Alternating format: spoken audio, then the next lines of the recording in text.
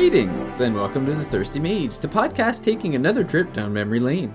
I'm your host, David Lloyd. In this episode, we're talking about some familiar titles that we've recently played with the new experience, as well as a fun game to test our writing memories. Joining me on this episode is a man who once again finds himself lost in the world of Warcraft. It's Casey Gibson. Yeah, it's actually funny. It's one of those games over the last 15 years. It always pulls me back in, but we're on the prefaces of the greatest expansion release. They're re-releasing Wrath of the Lich King Classic, so it's definitely going to be a good time. I'm also very, very afraid of a memory game with that we have later because it's going to be ugly.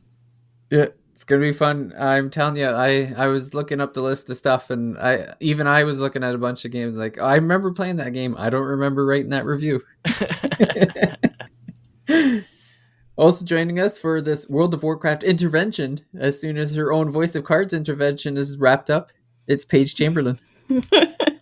Hey, what's wrong with 3 games in a year? I have read some posts of people like looking at like the pre-release and like, oh, this one's got a number 9, and they're like, oh, what do you mean? That means there's supposed to be 6 more of these games? Or Yeah, maybe it's Square that needs the intervention. My theory is that they just said that they were making one game and have made all the others at the same time, and then like, oops, now you have to release. It's a good way to get because I think they're like $40 a piece. So at this point, like 45 Australian. It's like they got 1.5 worth of money out of us for three. Yep. I mean, they're all full length games, I guess. Like they're 15-ish, 15-ish. Yeah, 10 hour game. Yeah, I guess.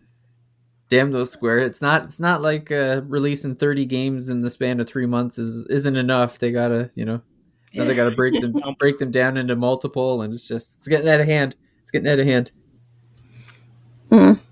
Jeez.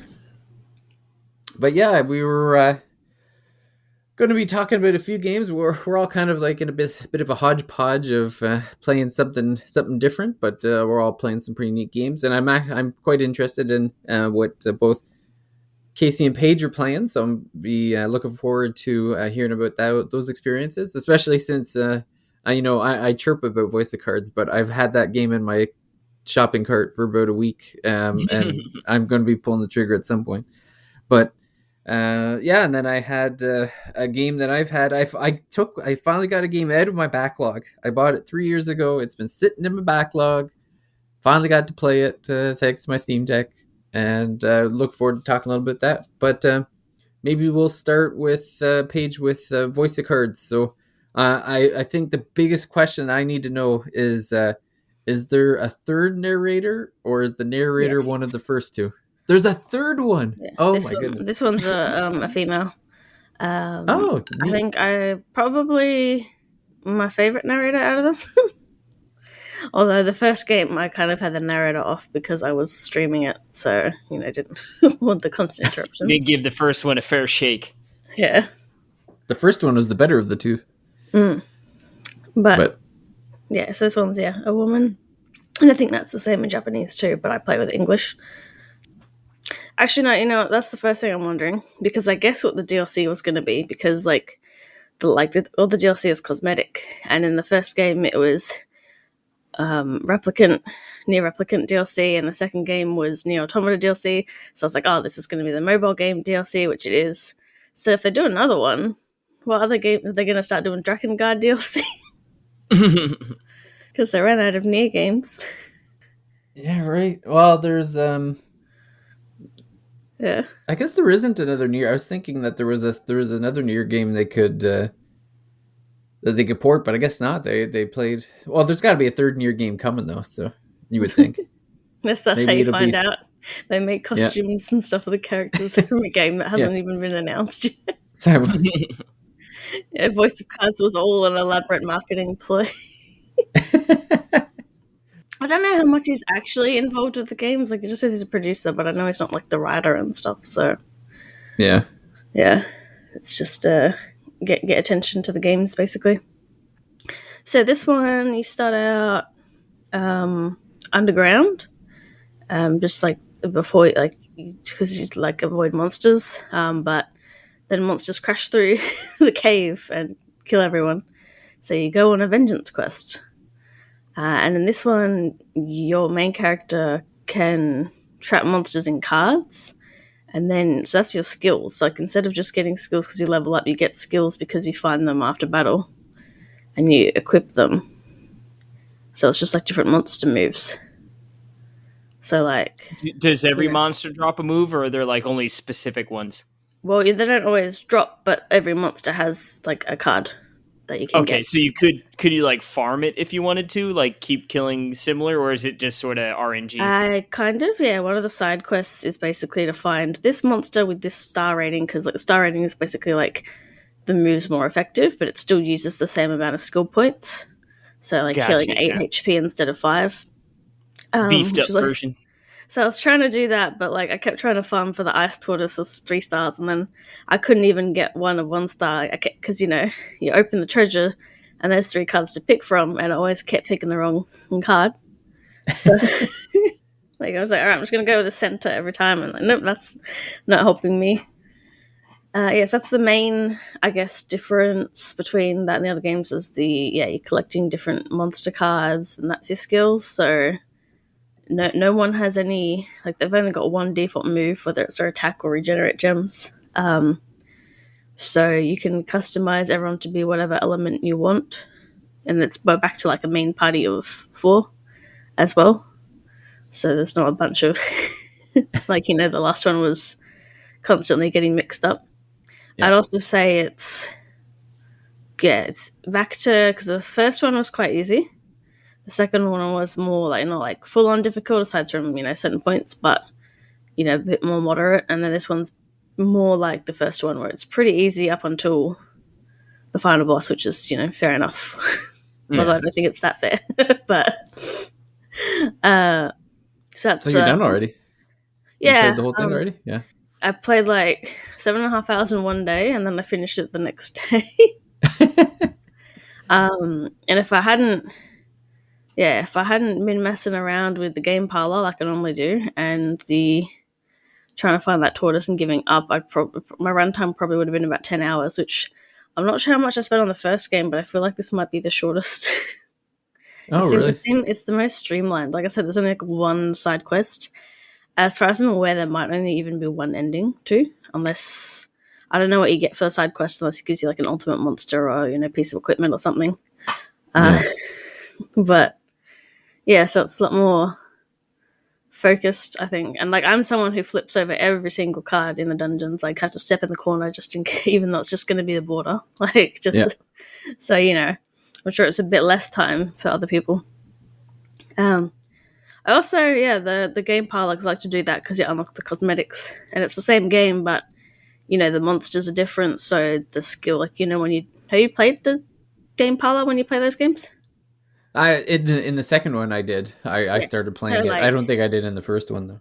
Well, once you do the first round, then you get like there's the different modes, and like so now instead of just getting the points, like if you put cards that are the same cards together, they'll activate a skill. So in each game, the skills the monsters use are different because they're different monsters. And this one, there was one where if you used it, instead of like where it had to be 2 of that card set, it was like if you used it in a 3 set, so if you used it in 3, 4, and 5, or 4, 5, 6, it would triple your points. So that one was very annoying. The NPCs used it. And normally, like, because the game's like there's some strategy, but it's quite luck based. The AI can be a bit dumb. I think they are the stupidest I've ever witnessed this time around. Oh, I have no. a clip where someone activated a skill where they controlled the other, like the next player. So she controls him, gives him the best possible set, which then activates a skill where she can choose what player to make skip their turn, and then she picks herself. So not only is she now not in first place, she's then put herself, like, blocked her next turn. She was just trying to flex on you. Like, I can skip myself. And Yeah, still like they come did back. that and I still didn't win. So that's, like that's stupid, and I still couldn't. And yeah, so sometimes they'll pick on you and you've got like no cards and you're just like, why? This doesn't make any strategic sense whatsoever. So yeah, I still got to write my review up, just like collect my thoughts. I'm both more sold and less sold on the game at the same time. Yeah. He's right where he began. Yeah, it was like a lot of those things, like hearing it's more streamlined and a little bit shorter, and kind of the variation in the game with like the monster cards and stuff, definitely and like makes me want to play it. You can buy some of them too. So if you can't, like, it's only the lowest version. But if you're having trouble finding one or you want a specific element, you can buy it. But then I look at the price and think, okay, this is a 10-hour or less game, and I'm like, whoosh, whoosh. Yeah, that's what's I'm honestly surprised they shouldn't, because with the game parlor, it's like they should just do a separate eShop app for that. Like, I was going to keep these games installed just in case someone might want to play this one mini game. It's coming. They're gonna wait till you've bought all 6 Voice of Cards games, and then the 7th game will be just the game parlor. The HD 2D collection. Where I went into the game parlor, like I just clear through all the difficulties, because after that you don't get any new rewards. You just get like an extra item or whatever. But there was a bit where I unlocked something else, and I'm like, man, does that mean this is something you can miss? Like, I can't say why without, but it's like I unlocked alternate like appearances. And like, so as in when I play just outside of the main menu, like just play the game directly, like, because you can play it local multiplayer. I was like, damn, does that mean that's something people can actually miss out?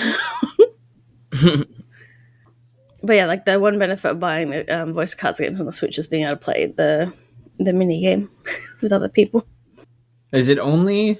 It's only on Switch, the multiplayer? No, the mode's on all of it, but if you play it on Switch, like you're more likely, I don't know how many people sit next to you when you like PC and play a game with you. Oh, I see. Yeah. Yeah. I was thinking about getting it the Steam version for the deck there to give that a go, but yeah, I'm not sure. I'm probably just gonna wait for a sale, just because there's a lot. I mean, it's not like there's a shortage of games to play now or anything. When they do all 20 of them, there'll be a big bundle collection. Oh, yeah. So for $300. Yeah. Will you rebuy them all in one beautiful package? That's the real question. So I've had the benefit of having to review them, so I haven't had to buy any of them. All I've bought is some of the cosmetic DLC. And that's part of the other. Because I've done the last 2 reviews, I was like, oh, I better review this one then, just to be. Yeah, but it does makes me think path. Like, say this one, it's like, do I review it the same, or do I have to judge it based on the fact that this is the 3rd game in a year, and they haven't really made massive improvements or anything? That's a toughie. And some very minor issues, like the fact that I can't have to go back to the main menu to change like the customization stuff, and I can't exit to the main menu through the game. Things like they still haven't fixed that in any of them. Yeah, that's a little crazy. What if you reviewed all 3 as one game? Then no, because I've already done the other 2 reviews. But yeah, it's like to just like give this one lower. It's not necessarily worse than any others, but it's also like, yeah, you put out this many games and then don't make improvements. It's like Splatoon 3, Yeah. Diminishing returns, is that what you're saying? Yeah. I guess. Yeah. Well, the other reason I wanted to play on Steam too is I played the first one on PS5, I played the second one on Switch, and I'm like curious it's like that, and you're a Steam Deck boy now. Yeah, I am a Steam Deck boy. There's no denying it. I've thrown all my everything else I have in the garbage. Don't want the distractions. Switch in the garbage. No, I kept my PS5. The Atari Jaguar's gone. Yep. I threw my Vita in the garbage. That's all I need anymore. I got some nice emulators on there now. Looks nice and pretty. Before I do you have any final thoughts for Voice of Cards? Well, that was it. Like I'm deciding on how I'm going to judge it comparative to the other 2. Well, we'll keep an eye out for that. I'm trying to think when this episode will probably be out in a week or so. So maybe it'll be out by then. So if when you hear this, everyone can head over to RPG site and find out what the score is. That's the big cliffhanger for the episode is. What will the 3rd Voice of Cards review score. Will it be the same? Will it be less? You'll have to go to RPG site to find it.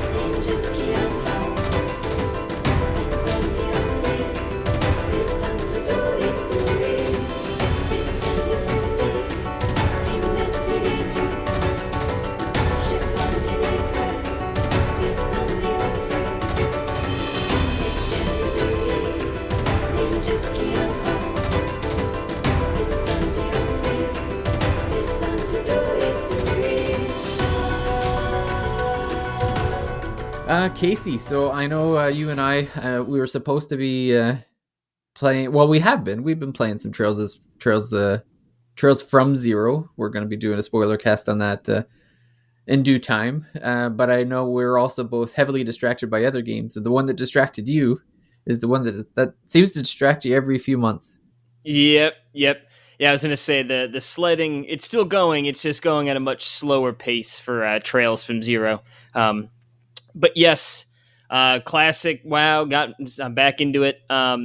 So pretty much, classic vanilla WoW. The original release it's one of those ones. It was everyone always wanted to go back because at one point they changed there was the Cataclysm expansion. Pretty much just altered the old world. So all the original quests and zones were all sort of redone. So that was always one people were pining to go back to because you just actually couldn't, So that one, that was that came out, I guess, in 2019. Then the second expansion, the Burning Crusade, came out. That was, again, another really fondly looked back upon expansion and one people are excited for. And then what they sort of round out as the first, the trio of games that people most fondly look back to on WoW is Wrath of the Lich King is the last, there's some more people do look back on and have good times with, but essentially classic WoW, it's the original Burning Crusade and Wrath of the Lich King are sort of known as the pinnacle of WoW, right? That's when it got big, they had 12 million subscribers monthly, just tons of people playing the game. And also just one of the most, epic bosses to Arthas the Lich King. People who had been playing the RTS Warcraft games, right? They sort of left the third one left on a cliffhanger with Arthas. He was, the Prince of Lordaeron. And then he went and ended up becoming the Lich King, an undead Death Knight. Controlling all the Scourge and all this good stuff. So it was one of those ones people were really looking forward to sort of seeing how, the culmination of his arc, if you will, would come to a close. And that was this expansion really focused on that. So people really look back to this one fondly. For me, I played Burning Crusade when it came out, and a little bit of the original, but not enough to really say I played it, when it first released. But Wrath of the Lich King, this was the first expansion that I bought on launch day. I played with my friends, we was all in on. So I still actually have a couple buddies that I'd met during the original release that I'm still friends with today. And we're all sort of jumping back in to play the launch, which actually comes out. You said if this is going up next week, it'll already be out. It's coming out on the 27th, or actually the 26th, Monday night. And yeah, it's just one of those games. Yeah, it's for me. It's it's home, right? It's comfortable to go back and play it every once in a while. And with MMOs, right? Anytime there's a new expansion or coming out or a big patch with new content is always really hype moment.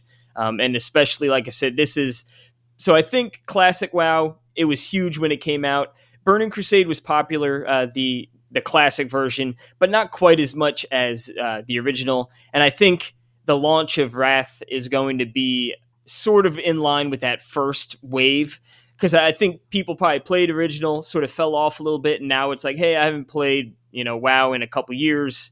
Maybe it's time to get back in. It's one of the best expansions. Let's sort of do it. So even just playing in the pre-patch event, which Wrath of the Lich King released a new class, the Death Knight. They opened that up a month ago, and then they pretty much nerfed a bunch of experience needed to get to level cap. And they actually put out a buff to give you even more experience. So right now it's like a great time to level up because it's super quick in comparison to what it normally is. And they have like a pre-patch event where like the Scourge is invading different zones. So they have, you go in there and you can take part in different sort of events and get some gear and some different items like a tabard, and cool little trinkets and stuff to sort of commemorate the event and sort of get you hyped for the ultimate launch here. And just me and my buddy have been playing, and it's funny, like me and him were like, yeah, we're definitely gonna play, let's do it. And then we had another friend who was like, yeah, I'm gonna play too. And now all of a sudden, like other people who we're friends with, like, yeah, I don't know, now that we're getting close, all of a sudden they're like, yeah, all right, I'm gonna come in and play. I'm playing, and we're starting to see them come out of the woodwork now, which like I said, I think the hype starts climbing, right? Everyone's playing it, and you get people sort of jumping in on the bandwagon. But yeah, for me, it's been a blast. I've just been playing, leveling up some characters, and sort of gearing up for the launch by trying to essentially get some gold and level up some professions and just sort of the prep work, if you will. Because I keep saying Tuesday, come Monday night. When those servers go live, it's going to be fun because there's going to be so many people riding the ship over to Northrend, which is the new area. And like I said, this one for me, it's like the most nostalgic expansion. Like I said, I had played some of the other ones, but this was really where like I went, full on in. Like I'm playing tons of this, and I can remember me and my buddy waiting in Walmart at school. I was in college and getting the this was still when you had to go pick up the boxed version, right? So we were like waiting in line. We got there super early, and usually each place got a couple collector's editions, and we were like, I think we were like third and fourth in line. And I was just a broke college kid, so I was like, I'm just gonna get the regular version.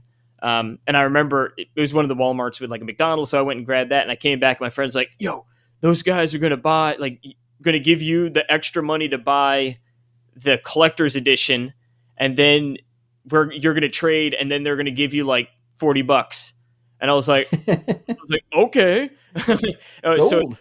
So essentially I actually got Wrath of the Lich King originally for free. However many hours we waited in line. But yeah, they ended up essentially paying for my copy to get them the collector's edition. So I was like, okay. And the best part, I didn't even have to broker the trade. I just came back and it was already a done deal. So I was like, all right, let's go. Sweet. But yeah, it like I said, the launches are always super fun because there's literally, thousands of people playing, and that's one of the coolest thing with MMOs, right? In general, is just sort of seeing all the other people playing and just like you feed off the energy, right, of everyone going and being in there. So, and this is still sort of more recent, they call it retail is like the current version. Leveling, you still do it, but it's a pretty quick endeavor usually. Like you sort of blow through it and get to the end. Where the classic version, right, there's a bigger focus on the actual leveling adventure. So Wrath is it's definitely not as slow as a slow burn as some of the earlier ones, but it'll still probably you level up from 70 to 80, and I don't know the exact hourage, but it's probably a 20-hour, maybe, give or take, going to take you 20 hours to get there, maybe a little more. So one of those sort of fun situations where I've got Tuesday off, so it's like we're going to just go hard for like a day and a half and see what we can do. But definitely going to be super nostalgic, but also it's a super fun game. So I'm looking forward to just getting in there and seeing how it plays out. Hopefully the servers don't crap the bed. Gonna have your Gatorade pre-stocked, and your Red Bull, and all the gamer fuel. Like G Fuel pretzels. I've never had a G Fuel. No, I haven't either. So I think I don't know if it's like a Gatorade or more. I guess it's more like a soda, more like an energy drink. I think. Yeah, I think so. I think it's supposed to be something closer to a Red Bull, I think, or something similar. Same with the Monster Energy. I'm pretty sure it's like Yeah, I've had a slightly Monster watered down before. Red Bull, but it's much bigger. Yeah, Monster. I remember in high school, like I was always so tired in the morning, and I didn't drink coffee or anything. So I was like, I'm gonna get a Monster, and I had like 2 sips. I was like, oh, I was like, who can drink this? It's Well, terrible. I'm a Red Bull kind of person. So. I'm a Red Bull too. Yeah, Yeah. oh, Red Bulls are so good. Yeah, I was I've I been was a cutting Red down Bull on. person until I decided to have a Red Bull before a hockey game. Oh, too wired, or did you throw up? Oh, I was like on the cusp of throwing up, but I could taste it in my mouth the whole time. Like it was That taste though. awful. The best Ooh. is the morning Red Bull when it's like, It's morning Red Bull. Oh but my yeah, God. yeah, the morning bowl, if you will. Yeah, well, it's funny. I can remember when Diablo 3 came out. I drank 2 20 ounces. Woo! Good lord! And the worst part is the servers absolutely crapped out, and I couldn't even really play that much. So, and I had work the next morning, so I remember just like laying on the couch at like 4:30 in the morning, like shaking. I was like, man, I just wish I could go to bed. Can't even play right Gonna be now. like me, where you can drink one of those and then just go to sleep. Yeah, I can absolutely do that. But if I drink a 20 ouncer, I should be. Usually, if I've definitely had an 8 ounce or a 12 ounce, and then like all right, I'm gonna game, and then all of a sudden I like sit in the couch and I fall asleep. Oh man. Well, speaking of benders, Disco Elysium was it's like I said, it's a game I wanted to play a couple years ago. I'm a big fan of the CRPGs. This is kind of like less an action oriented one and more of like a mystery detective one. And I had actually started the game off like when it first came out. I started the game for like a couple hours and I wasn't really didn't get into it. Like it was confusing what was going on and that sort of thing. So I fell off the wayside pretty quickly. But to give you a little backstory of it, it's basically this detective wakes up in a like completely trashed motel room, like just destroyed. I thought you were saying he was trashed. Oh, he was trashed.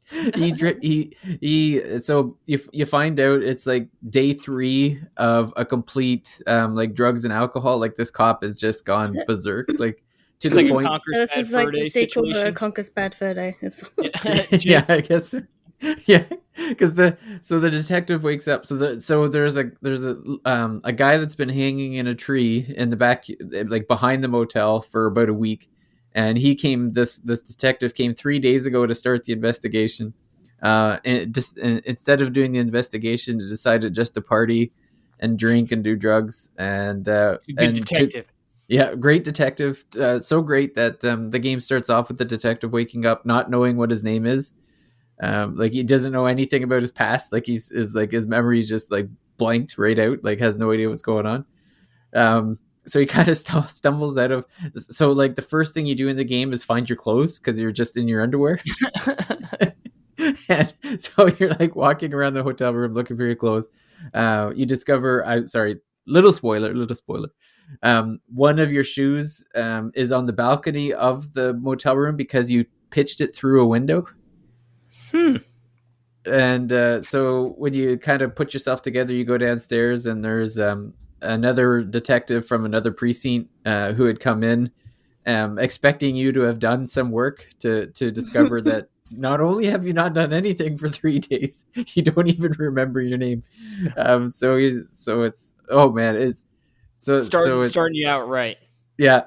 So the game is bananas though, man. It's so good. It's so like you go to the back and I'm not going to get into spoilers because I know Paige, pretty sure you're going to be playing it sooner or later. So but the first thing you see is so the guy's hanging from the tree and there's like a kid throwing rocks at him.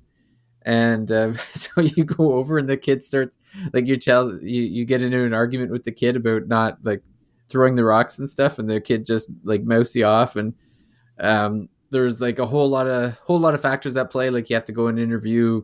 It's kind of like the 1970s ish or early 80s, kind of like an Eastern, like the place disco era is what disco era. It's kind of it all makes sense that this detective could get away with such things.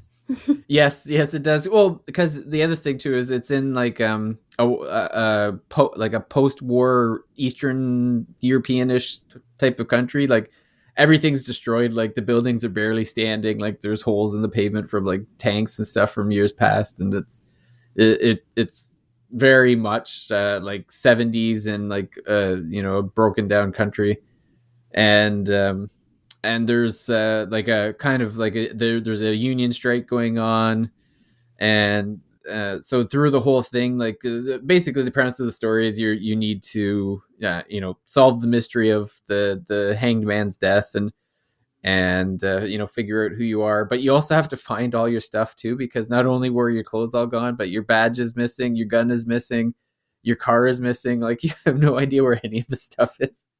So you've got to find it all, and yeah, it's just insane, and it takes certain things, like it takes place over a few days, so certain events happen on certain days, um, and there's like so much possibilities of what you can do. Like you can do things in different orders, um, and throughout the game, he has like the detective has like a different inner monologues. Like there's like his conscience will talk to him. There's like Is he his still common sense. inebriated at this point?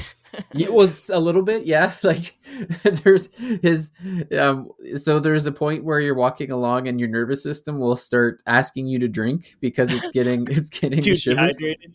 Yeah, it's like you need more alcohol, and Oh, I was he's thinking like, it was like SpongeBob. Water. yeah.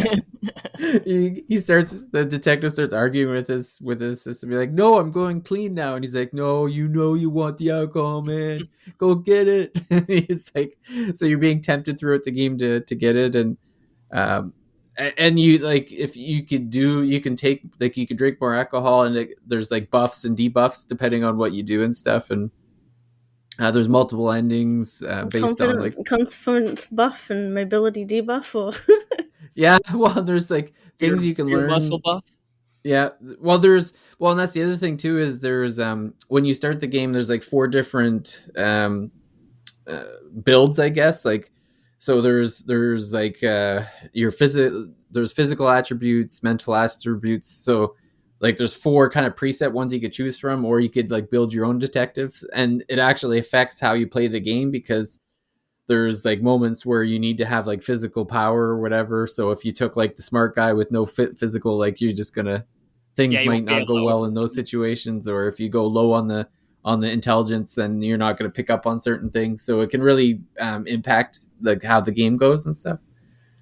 But it ended up, I think I was around 20, 23, 24 hours, something like that. Pretty And beefy.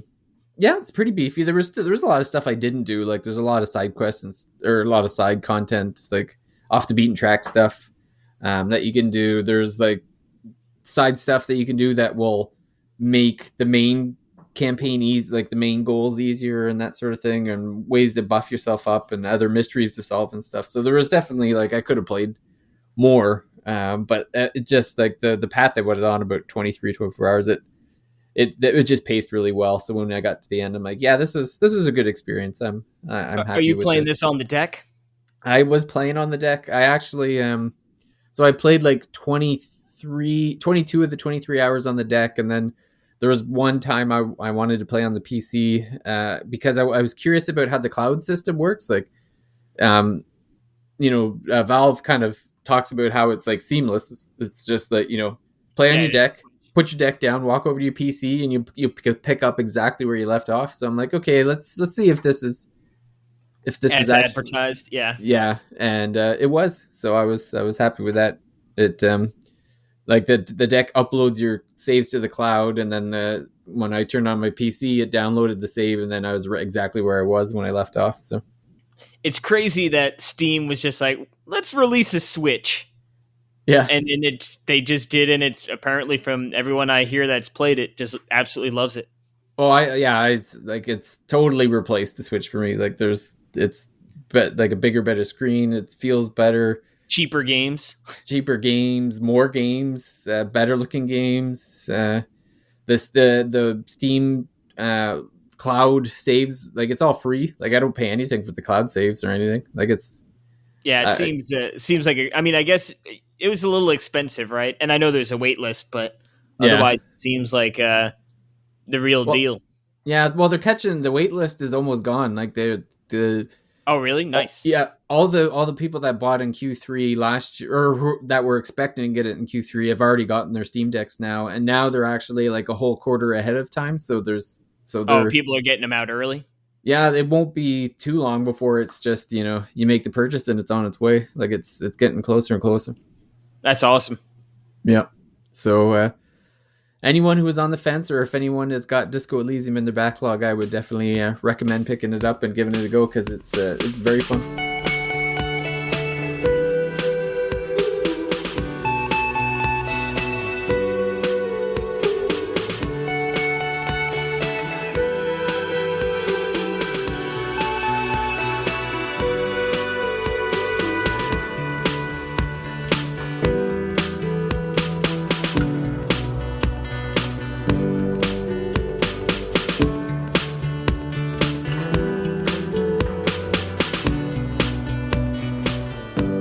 But I guess that will take us to the game portion of our episode. Humming. Oh man, I was having a good time looking this stuff up. Let me tell you.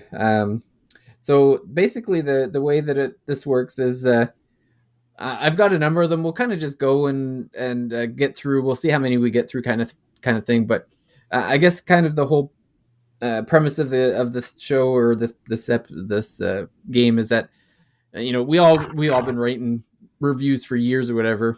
And so I thought, it'd be pretty neat if I go back and pull like excerpts from old reviews that we've written. And, I've taken out names of the game or the company or whatever and replaced it with like this and that, just so that it doesn't give it away. But, just to see if from the description of the excerpt, if we can figure out what game was it and who wrote it and that sort of thing.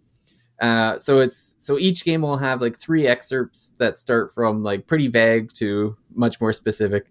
So what we'll do is that anyone, so it doesn't have to be your game. I'll read the first excerpt, and if you think you know what it is, you can tell me. And if it's not a review that you wrote, like if it's someone else's review, if you can tell me who wrote the review, I'll give you an extra point. No, well, I don't think anyone's getting extra points. All right, so are your games in this as well then? Yeah, so I won't do the Jordan ones, but I'll do the 3 of us. So, all right, I was going to say, if all of a sudden all the words rhymed, I would have known that was Jordan's. I know. Well, that was the thing, is if there was a pun in it, then it was Jordan's for sure. Yeah. Yeah, and if it was like, the 8 travelers come together beautifully, and I love this game. Yeah. Yeah. No, I specifically skipped that one. But the one hint I will give is that I know we all remember the best ones more clearly. So I chose games at the top of our like review lists, like the highest rated ones. So that's a bit of a hint. So Vroom and the Night Sky's out. Gotcha. Yeah, no stinkers. Oh, well, then I guess Octopath wouldn't have been out either. Or would be out. Would be. Yeah, no, Octopath would not make the cut. All right, so we'll start with the first one here. So here's the first excerpt. This game is a great example of how to do a remake, bringing a classic to modern day while sticking closely to its roots. Improved battle mechanics, visuals, and soundtrack are great additions, but at times poor AI and jarring transitions are a bit of a letdown. No idea. Yeah, that could be a lot of things, man. Yeah, that could be a lot of things. It doesn't sound like something I've written though, but I'll go to the next one. Probably pages. The updated visuals and music are a wonderful facelift to a very solid action RPG. A few minor issues, such as the jarring transitions from the day-night cycle, hold it slightly back, but despite a few hiccups along the way, I thoroughly enjoyed the experience. That does sound like me. Action RPG with day and nights, I don't... And you got one more for this, you said? Yep.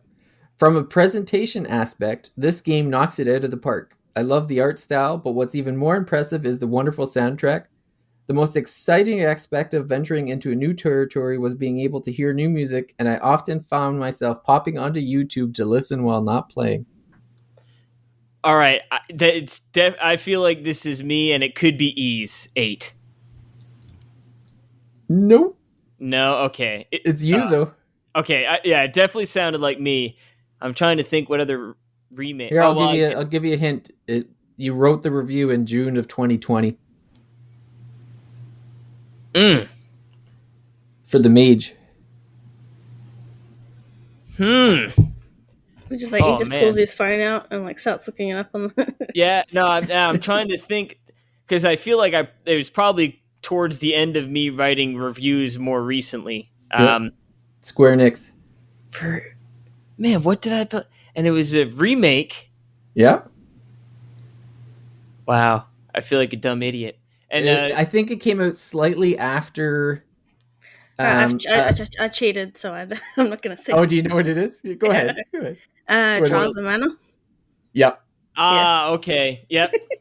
Yeah, I was like, now that I say it, I'm like, oh yeah, because like the 2020 makes more sense because I remember playing it just when some things were like, I didn't finish it myself, but yeah, the remake and yeah, that makes sense now. Yes. Yep. Okay.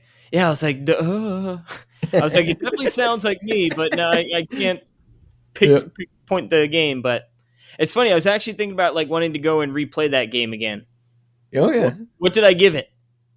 Oh, I think you gave it an 8. Okay, solid. Yeah.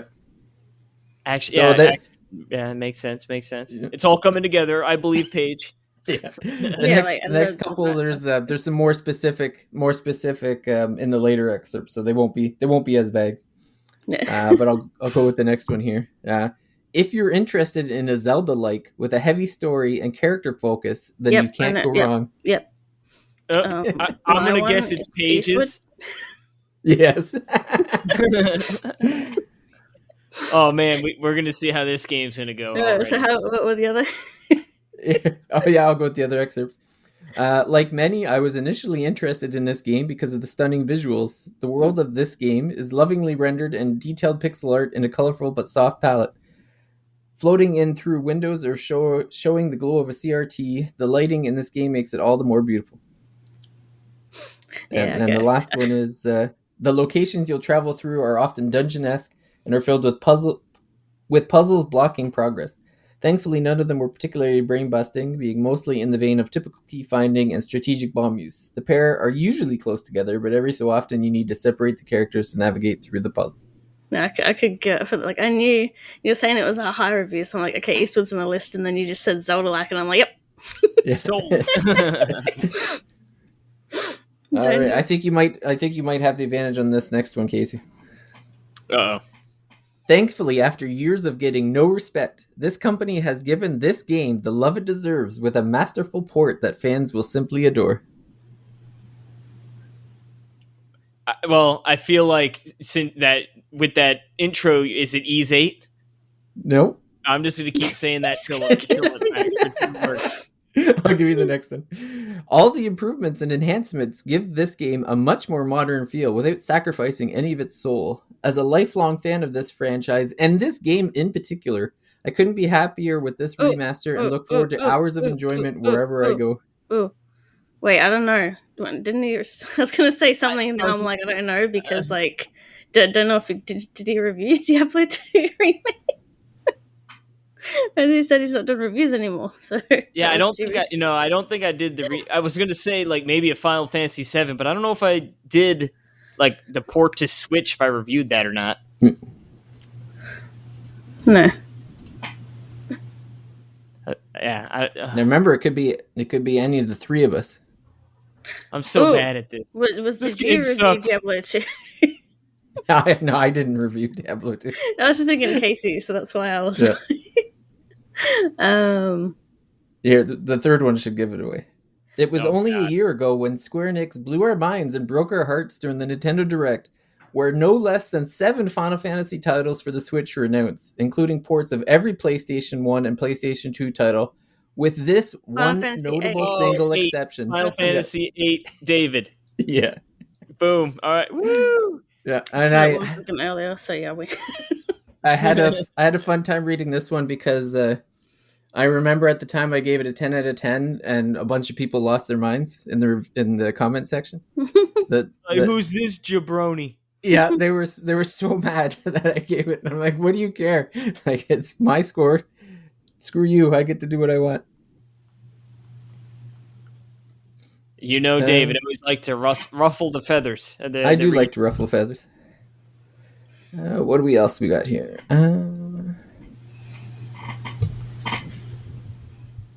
Okay. What at first was my biggest concern, the action opposed to turn-based combat, turned out to be what I found the most enduring throughout my experience. In addition to an interesting story, setting, and truly wonderful score, I can't help but walk away singing its praises. Doesn't sound like something I wrote. That's all I can say.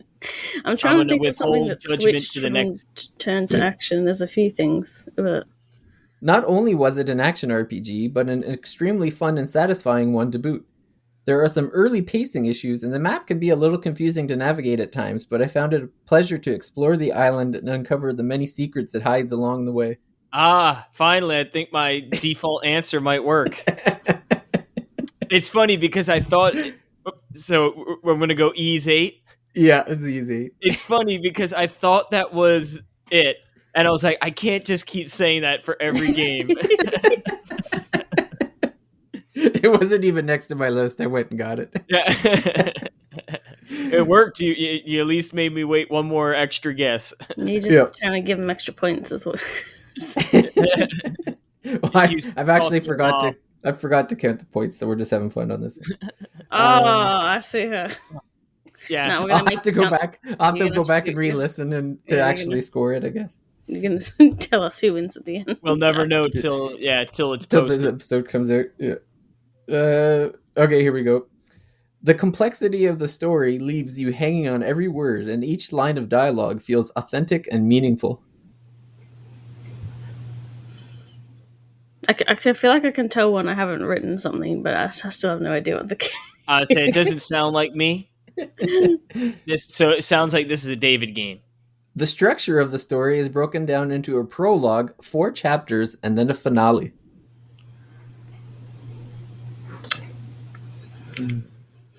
Now, the third excerpt is really going to give it away, but you still might not guess the actual game. It feels like a David Trails game. It's not necessary to commit to 300 hours of playing the previous installments, none of which are available on the Switch. Cold Steel 4. But hold on. I do recommend spending a couple hours on the. It is 3.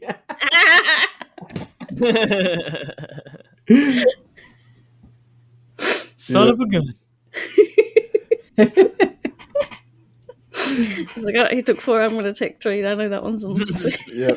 No, the giveaway there was the none are available on the Switch because the third one was on Switch. Yeah. All right, we'll do one last one. For the most part, I stuck with the same units, but they all share experience, so there's no ill consequence to doing so. Upgrading and changing up your equipment is pretty important, but I rarely used any non-healing items. My brain went with units. I went with like Fire Emblem, and then I'm like, no, they don't share experience. Due to the difficulty, or mostly that thereof, and simplified concepts, I could recommend this game as a beginner or more laid back RPG. Oh, is it Voice of Cards by me? I don't know. There's 2 Voice of Cards. The first one. Is it Voice of Cards 2? The Isle Dragon. Island Dragon Roars. It's the first one. Dang it! This game is not a collectible card battling game as it may appear to be, but instead a plain old-fashioned JRPG. It's also on the simple end in both difficulty and your toolkit. Yeah. All right. How about we'll do one. Let me do one last one. I'm gonna do a Jordan one. Ooh, but I'm pretty sure you guys have played this. Could be wrong. I'm almost positive Casey's played this. I'm pretty sure Paige has played. While I enjoyed the first entry, it seemed to rely too heavily on farming for particular materials and crafting absolutely everything. The story, quests, and characters weren't compelling enough to keep me going.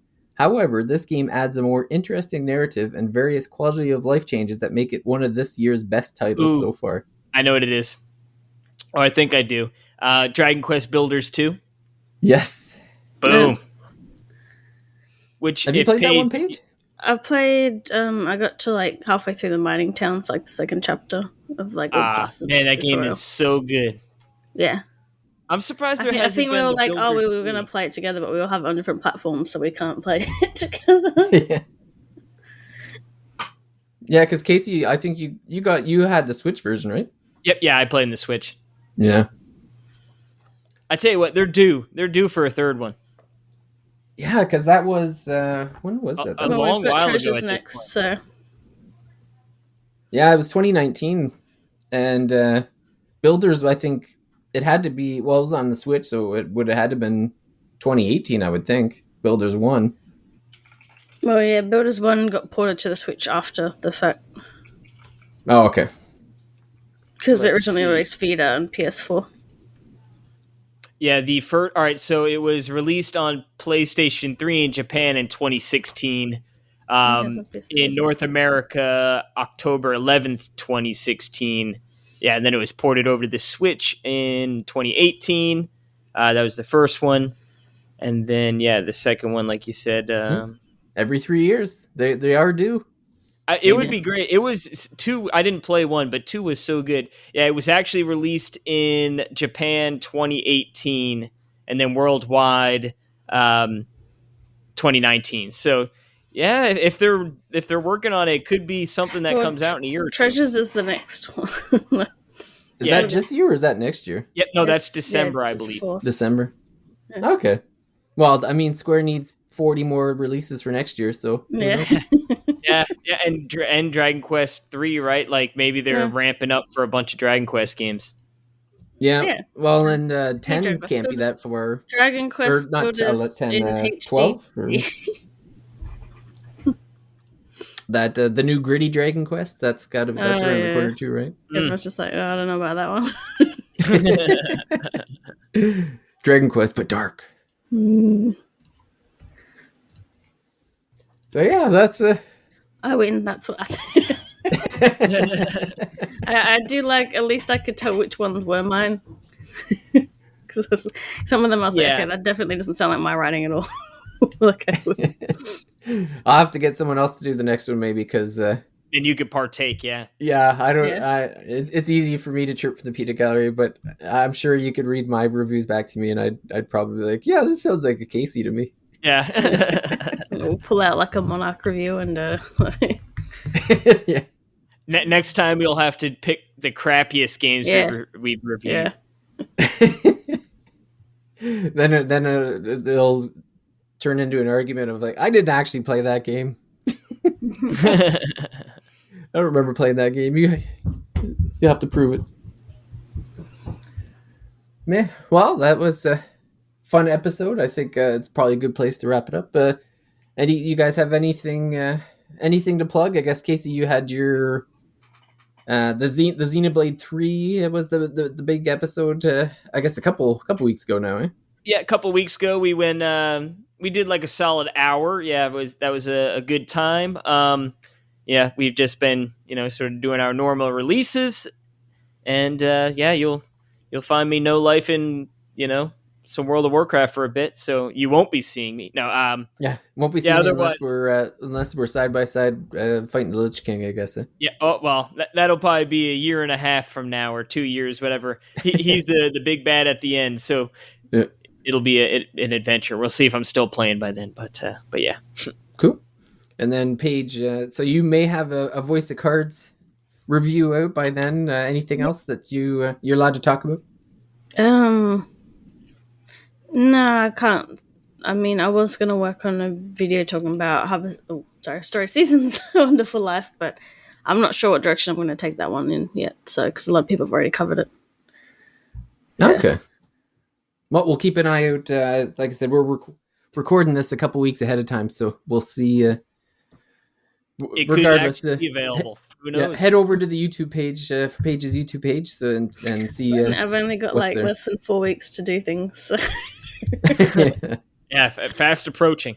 Yeah, you might have other priorities at that point. And the podcast, like another House of Card games. Who knows? House of Cards, or whatever it's called. Potato. Oh man. Well, I want to thank everyone for listening to this week's episode. I guess I'm trying to think of the. Suppose it's probably last week that we did the AI. You don't know what order came up. I don't know what order things are in anymore. We just record stuff and I post it when I can. He throws a dart at the dartboard. Oh, all right, this episode. Yep. Yeah. Well, it's so what's edited? Okay, throw it up. Throw it up. Perfect. Perfect. Yep.